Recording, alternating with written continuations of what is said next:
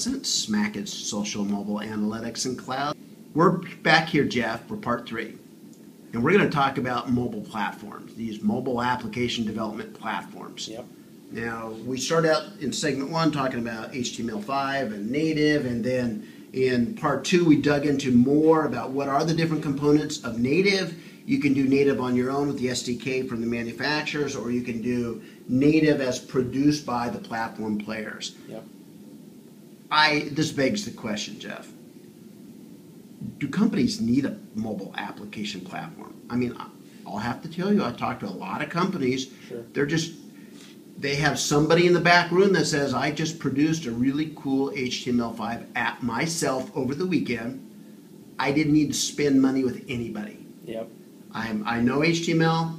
I had learned HTML5. I've got a cool app that everybody thinks is great now. When does a company need a platform? Or do they need a mobile application development platform today? Jeff, you're on.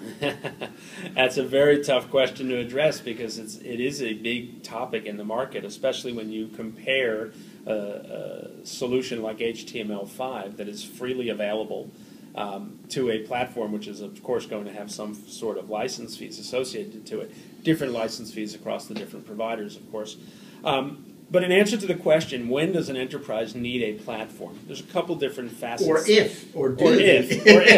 Listen, if an enterprise client came to me and said, we're just going to do a one-off app, it doesn't have a lot of integration to any back-end systems, we don't have big security concerns, and we just want to do it on, say, one platform, an iPhone app or an iPad app, I would say go do a native app. Just get the iOS SDK and knock yourself silly, or do an HTML5 app if you just want to do a quick one-off app. Right. But when you get into issues of doing multiple apps, let's say we're talking to an enterprise that's understanding their roadmap has, say, double-digit number of applications that they're going to be rolling out. Right, so 39 apps over the next 24 months. Absolutely. If you're going to be into a big development effort like that with multiple apps, and particularly ones that will require potentially security components to be incorporated, as well as some integration to some back-end systems, whether it's even just a consumer app that they have to tap into inventory of. You're a shoe sales, a shoe company, and you want to just check inventory if I want to buy a pair of running shoes. Or shipment tracking. Those are now tapping into back-end systems.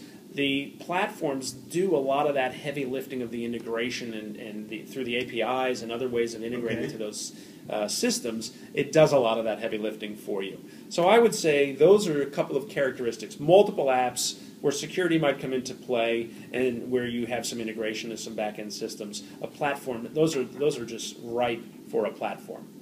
Now, but why? Why wouldn't you just make 39 HTML5 apps?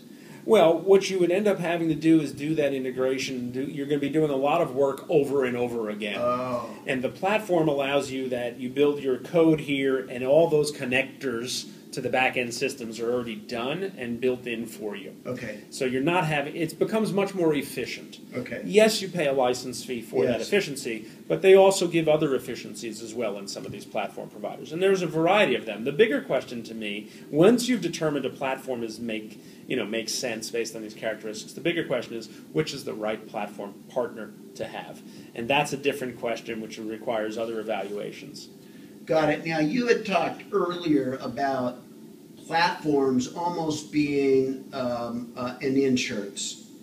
Talk to me about that concept. Yeah, so many of our clients will ask the question, hey, look, I can go do native SDK or HTML5 for free. Those are freely available tools to develop your applications in.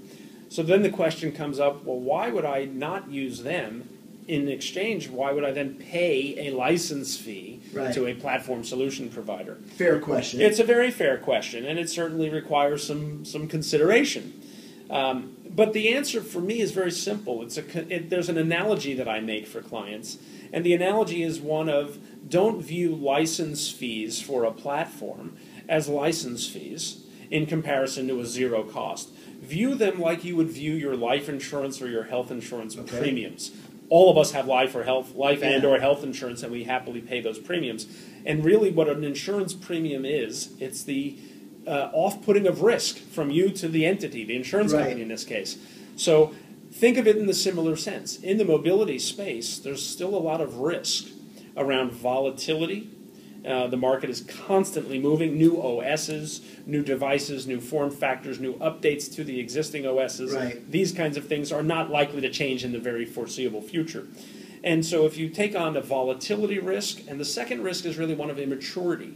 Many of the solution providers in this space, just because of the nature of the mobility space, are very young, maybe 5 years or younger type companies, still functioning in many times, in many cases, on venture capital funding. Yeah. They're not necessarily operating in the black. Right. And so the immaturity and volatility risk, if there's a way for a client of ours, typically Fortune 1000 type companies, to off-put that risk to the solution provider, so when an OS changes, the solution provider incorporates capabilities to support that into the platform. Now you as a enterprise, if you were just doing HTML5 or writing SDK native applications, you would be assuming the risk of that volatility. When all of these changes occurred, you would have to account and take those into consideration and adjust your applications. Here, the provider does that for you, and that's that off-putting of risk. So let's drill into that concept just a little bit more. Sure. A new device comes out, it's an 8-inch screen, it's a new kind of operating system you don't currently support, which means if you have 39 apps out in the field, you would have to look at that and go, if I want to support that new kind of device, I have to recode and rebuild 39 variations of the same app. Yep. So then you ask yourself, is there an easier way? And what you're suggesting, if I understand, is that mobile platform vendors, for the most part, will raise their hand and say, look, if there's a new operating system that needs supported, we will build that into our platform. So you will have that integration already available to you. You can just recompile and push it out to this new environment. You don't have to do all that work. That is exactly right. And what you need to do, I mentioned it's sometimes harder to determine which platform provider is the right one. Right. You really want to dig into the SLAs that each of these, the service level agreements that each of these platform providers offers, because some will offer 30-day coverage of a new OS. Some will offer 30-day coverage or 90-day coverage of a new device on a new OS. So exactly that scenario you just gave, an 8-inch on a new OS, that might be covered within 90 days from release. Typically, the SLAs would say from release to the development community, not GA. Not generally available, right? So the beauty of that is they're assuming that risk because their entire future depends on their ability to support the new OSs and new devices that come out. So they have a very clear incentive to take on that effort to make sure that their platform supports all of this new volatility. And that's where that insurance premium, also called in their world a license fee, comes into effect. Got it. With that, I want to thank you so much for sharing with us, Jeff. Thank you, Kevin.